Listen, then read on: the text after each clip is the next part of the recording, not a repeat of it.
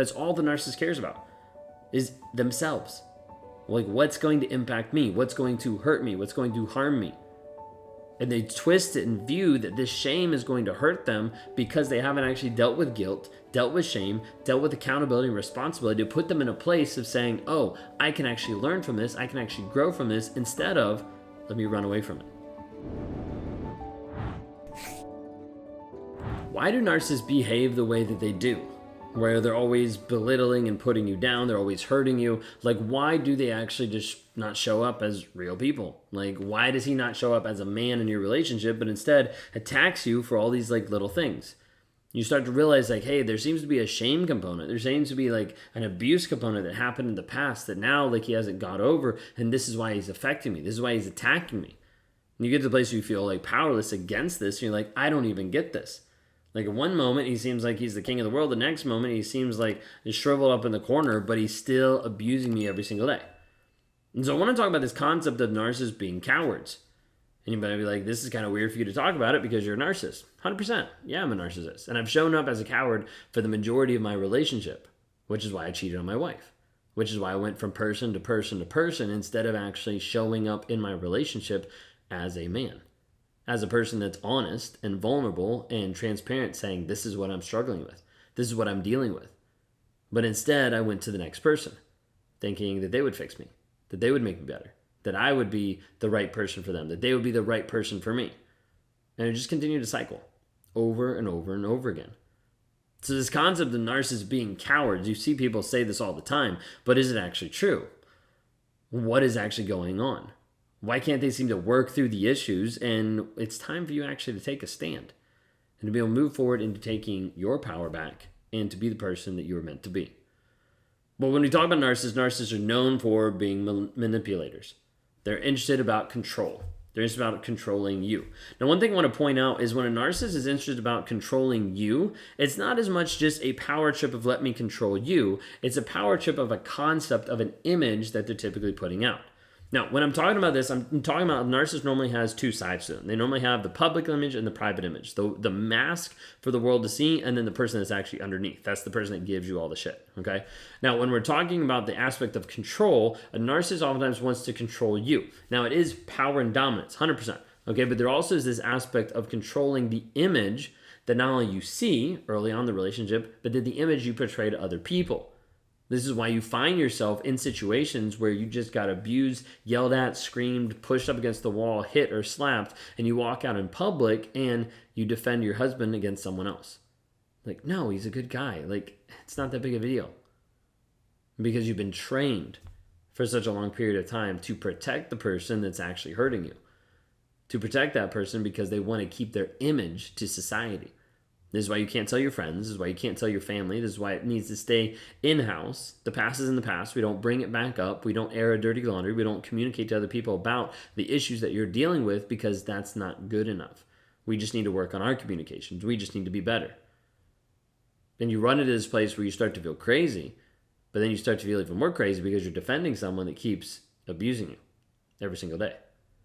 And this concept then of being manipulated and dealing with the control happens with the narcissist all the single time. They seem confident. Like he seems put together. He's one of the best at his job. He's respected. He's loved. Just people don't know that he's a cheater and a liar and a manipulator. But in the workplace, in the church, in society, he looks like a great guy.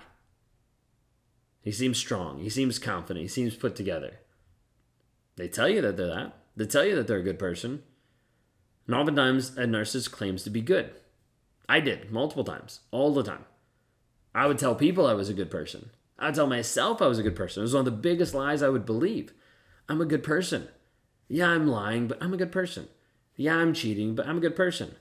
I go to church, I do the things I need to do, so I'm good, right? Check that box. That's how I lived. That's how I believed. Narcissist, he'll claim to be a good person, but he won't show up for you.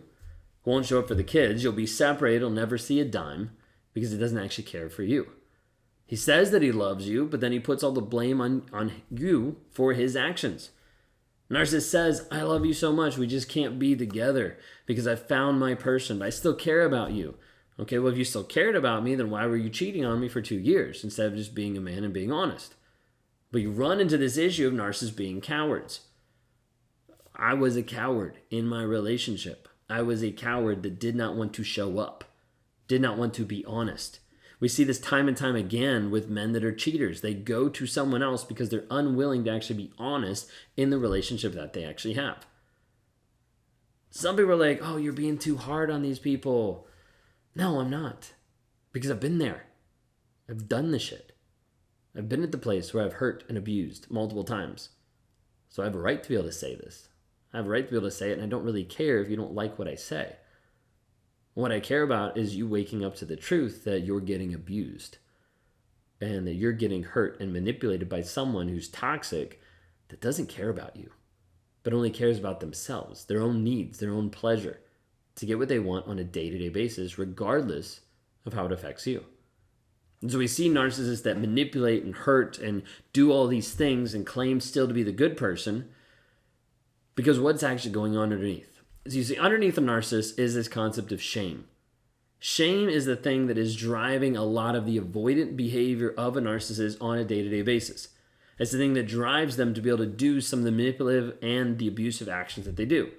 Now, that does not mean that shame is a cop-out. That does not mean that because there's shame, oh, I can't help this. I'm abused, so I can't help this. No, like shame is a piece that drives a narcissist, and they're typically running from it. They're typically hiding from it.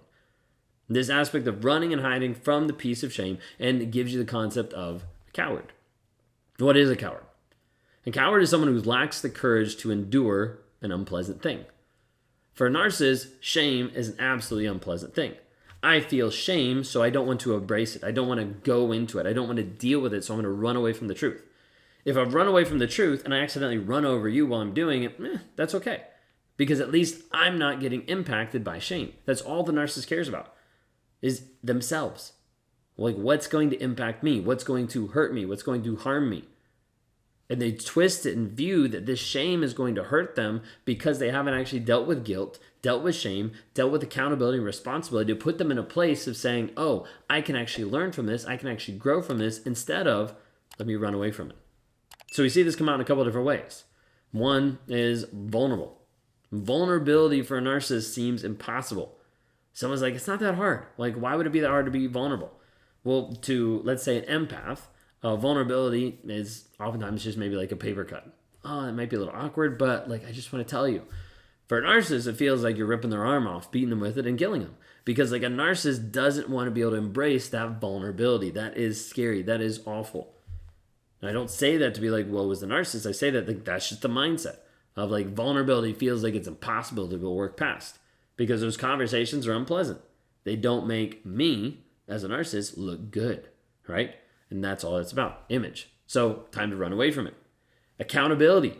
That's one of the hard things too. Is like, I don't want to be accountable for my actions. I don't want to be accountable for the things that I've done and the things I've done to you. So let me blame shift. Let me project it onto someone else so I can avoid it. So I don't have to deal with it. Responsibility feels too raw. It feels too hard to be able to walk through. So instead, let me attack you.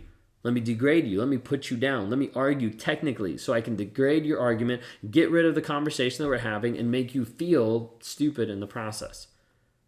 It's crazy that they'll act with so much courage in those moments of like yelling and attacking you, but all it is deflection.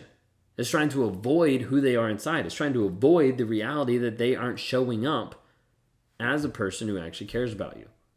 And typically, he's not showing up as a man, which means he's running away from accountability, vulnerability, honesty, and shame, and instead running to another person thinking that it's going to fix him, or that he's going to find the best relationship because this one obviously just didn't work out.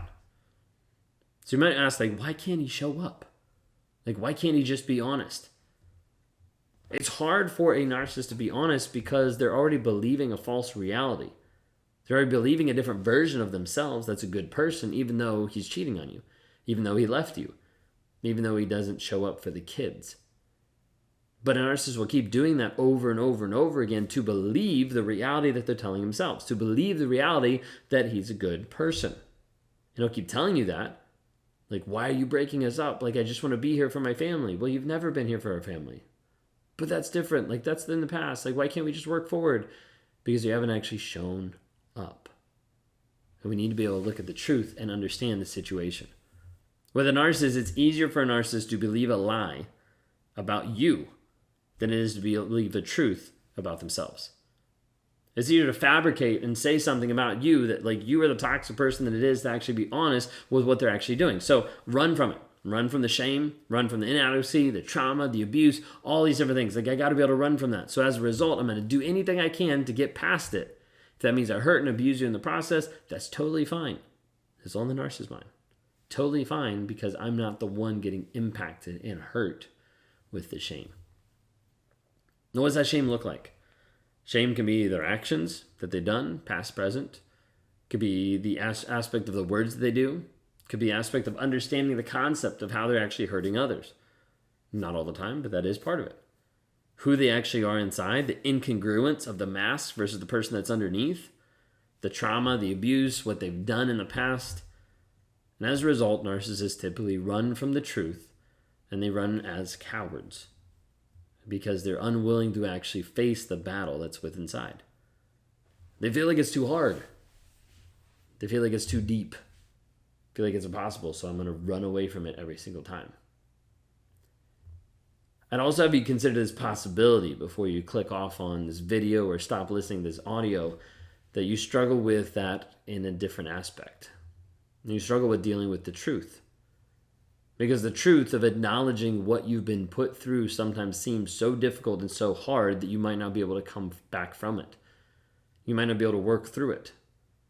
And that truth keeps you stuck in a trauma bond. It keeps you stuck ruminating about what he did, or if he could be better, or if he would change, or hoping, or seeing the potential, or just confused.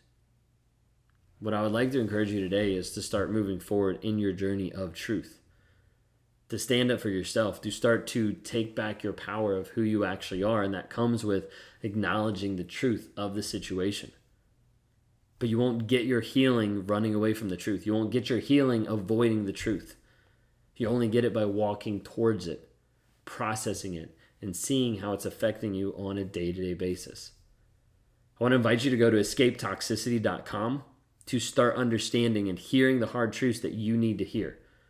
Click on the link down below, go to escapetoxicity.com today to start your healing.